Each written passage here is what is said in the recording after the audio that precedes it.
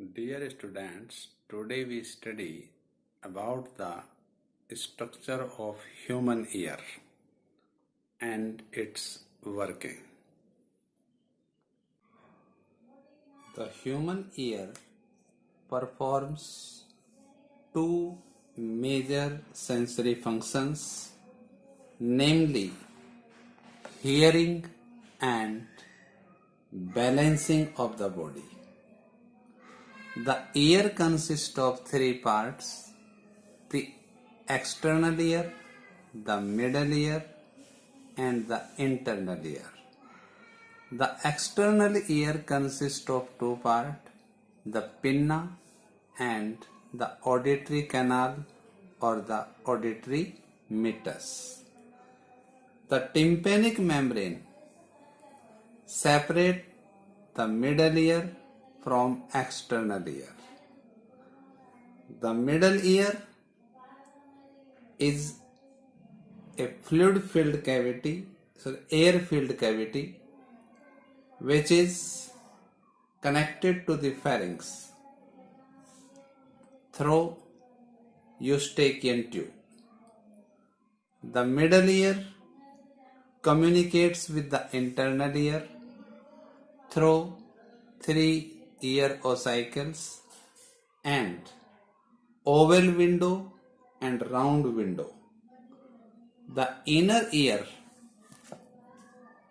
is a fluid-filled chamber called labyrinth, and it has two parts: the outer bony labyrinth and the inner membranous labyrinth, which is floating in the perilymph, and the membranous labyrinth is filled, called endolymph. The labyrinth is divided into two parts: the cochlea and the vestibular apparatus. Cochlea is the coiled structure of the labyrinth, and its membrane, namely regional membranes and the basilar membrane, divide the perilymph-filled bony labyrinth into an upper scala vestibuli and scala media and lower portion called scala tympani.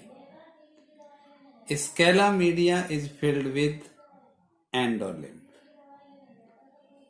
Organ of Corti is the structural unit of hearing, and it consists of hair cells, which are auditory receptors and located on the basilar membrane. A thin elastic tectorial membrane lies over the row of hair cells. The vestibular apparatus is composed of three semicircular canals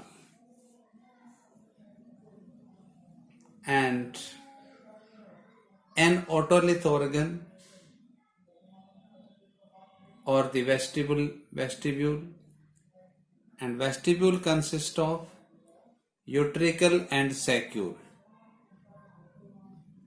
The crista ampullaris and macula are the specific receptors of the vestibular apparatus for maintaining the body balance.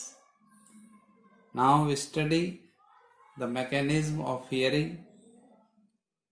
The pinna collects the sound waves and directs them to the eardrum. The vibrations produced in response to these waves are transmitted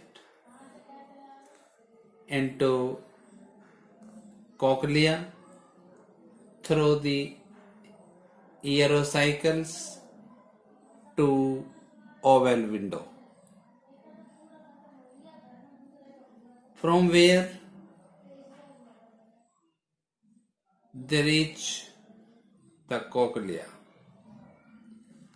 The waves produced in perilymph and endolymph induces a ripple in the basilar membrane.